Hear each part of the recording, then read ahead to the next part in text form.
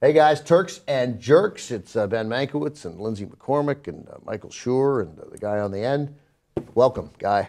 Good to have you here again. Thanks for having me. Jason Rubin. It's just, you know what? It was better with Rick. It was easier to make fun of Rick. It's not as easy to make fun of you. You're so nice. Yeah, you're too tender. And good, you know. You're a very tender man. Okay, so we're going to do Jerks of the Week. Our Turks clip is up. Check it out. You had a great pick for Turks and Jeff Fisher for sending out the Rams to troll the Redskins, troll the Pigskins. I'll get it right one day. Who's your jerk? So we're going to stick in Redskin Stadium, or Pigskin Stadium. What is it actually called? FedEx Field, I believe? Yeah. Pigskin Stadium. Jay Gruden, I think the Redskins don't have a quarterback problem. I feel that they have a coaching problem. And is this Jay Gruden's first year? No, it's his last year. It's his last year, which is very true. But it's not RG3 who's held together by duct tape. It's not Colt McCoy. It's not. That's a coaching problem. Somebody can come in there and make any one of those three quarterbacks competent, win games. The team has some weapons in Deshaun Jackson. Even Roy Hellu is not that bad. No, and Alfred Morris and Pierre Garcon and Jordan Reed. That team is loaded offensively. Yeah. And defensively, they have. They're a disaster defensively. I mean, they are a disaster. They've been somewhat successful, oddly enough, in rushing the passer this year. So that they can do, and that's. But when they don't get to that passer, it's no question. They're very weak. Their back seven shambles. is weak. But when you can rush the passer, that's the easiest defense to fix. Yeah. So, but yeah, go on. But they also have the worst defensive coordinator in the history of the NFL. Do you know who had a disaster of a defense going into the season? The Dallas Cowboys. Coaching will turn that around. Get some coaching staff. Maybe there. we can get Jason Garrett. Fingers crossed. That would I'll never disapprove of a hierarchical Redskin being named Jerk of the Week. So it's Jay Gruden is your jerk of the week. And Dan Snyder. Of course, Dan Snyder. Well, Dan Snyder, he's a given. Right, but we have to mention it. That's true. Colin Kaepernick is my jerk of the week. As a viewer of the 49ers for many, many, many years, I take no pleasure in dumping on a quarterback who's having a hard time because of his line and his injuries. He is the single most unpleasant. Hey. Oh, I'm sorry. Sorry. It turns out you could go to sleep even when someone's talking about the 49ers. Right, well, that's true. Yeah, that's a good point. There is no more boring team to watch in football than the 49ers. They're so dull. It is so dull, and I watch every minute of every game. But I will say that Colin Kaepernick is singularly unpleasant. He is unpleasant to the media, as he was last week, as was covered here on the Young Turks, TYT Sports. But yesterday he gave a similar press conference after the game. He has his smug answers, his headphones on, which means nothing because Reckless. all of them do. Stands there and says, "We didn't execute." Colin, what do you have to do next time? Play better. Execute. Right. Yeah. And it's just and you know what?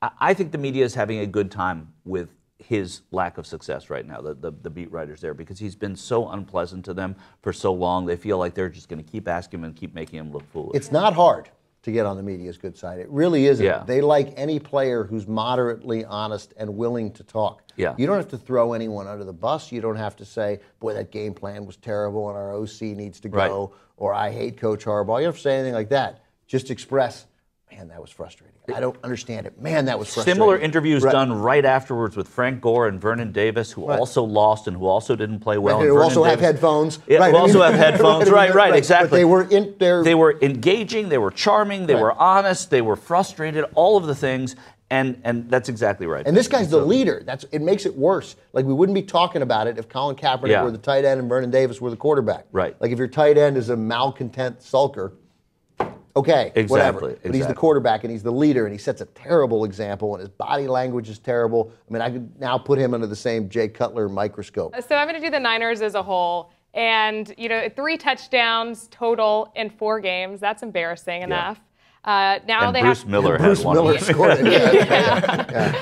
Then you lost to the Raiders. Now you have to go play at Seattle, San Diego, and then Arizona. You're not going to win any of those. San Diego and Arizona are home. Yeah. Well, they could win. I mean, listen. This is the first time in I don't know how many years that they're more than a touchdown underdogs going into Seattle. Maybe if there are no expectations, they can do a little better, but they're showing no spark. So I think you're absolutely right. Then you've got Jim Harbaugh before the game talking to the Raiders front office. So his mind isn't exactly on the game. Yeah, you got to get. The criticism must go to Harbaugh too, because this guy's a great leader and has been. He's shown it, and a great football coach. Terrific, but like he's checked out, and they sense it. It's not like we don't. I'm not the only person, and you guys aren't the only person to read this story to think Jim Harbaugh's relationship with the Niners is over. Yeah. Players read it. He quit. He's done. I'm not saying he's not putting forth a 170% or whatever to game preparation. But Ben, the players say they're not paying attention to anything. Oh, okay, all right. Well, if the players aren't paying attention to that, then So fine. I don't mean to like step on you and say you're wrong, but the players said because if I worked for an organization and it got covered massively every day, I wouldn't be interested in reading those stories. No, not at all. Yeah, why would you? Yeah. Maybe the players don't care about it because they've checked out. They're already in the off season. They're planning their vacation. They do care about it, but they have checked out, and part of the reason they've checked out is their coach has checked out, and the quarterback has checked out. It is dysfunctional there. Yeah, they say a coach can lose a team. I think a quarterback can really lose a team in football. Yeah. And it feels as if he may. And to your point very quickly about of course, from a gambling point of view, I would love to take the Niners because they'll never be more undervalued than they are now. But that said, that seems because conversely, a team that seems quite focused and has found its mojo would be Seattle, and it's hard for me to believe that defense can't keep that offense. Right. The Niners are like the Titans right now. You wouldn't take the Titans. You wouldn't take the Titans in Seattle. You just wouldn't. It's in Seattle. And then once they lose that game, could they then check out against San Diego and Arizona? Could they finish 7-9? Absolutely. It feels like they could finish 7-9. My jerk of the week ended up being an easy call. The Patriots score on the long touchdown pass to Edelman. They go up 9 points. They're up 23-14. Then with just over 6 minutes to play, there is no 9-point play in football. You can't go for 3 after a touchdown. Not even Chuck Pagano could do that. So the Chargers, who did look terrible offensively, granted, and stopped the Patriots for much of the game on defense, also granted, facing a 3rd and 12, Phillip Rivers has the most awkward 8-yard scramble you've ever seen because it's Phillip Rivers and he always looks like he's about to fall forward. And they end up with about a 4th and 4 near midfield. I don't know. I honestly don't remember whether they were at the 50, the 47, something like that. Little over 6 minutes to play. You're down 9. It's 4th and 4. You can't punt.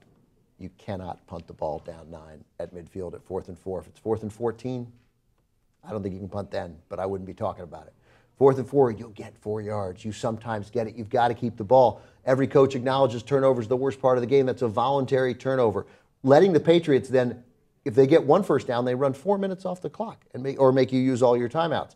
So, and if they don't get any first downs, it's 2 minutes off the clock right there. So you're trading 2 minutes for best case scenario, 40 yards.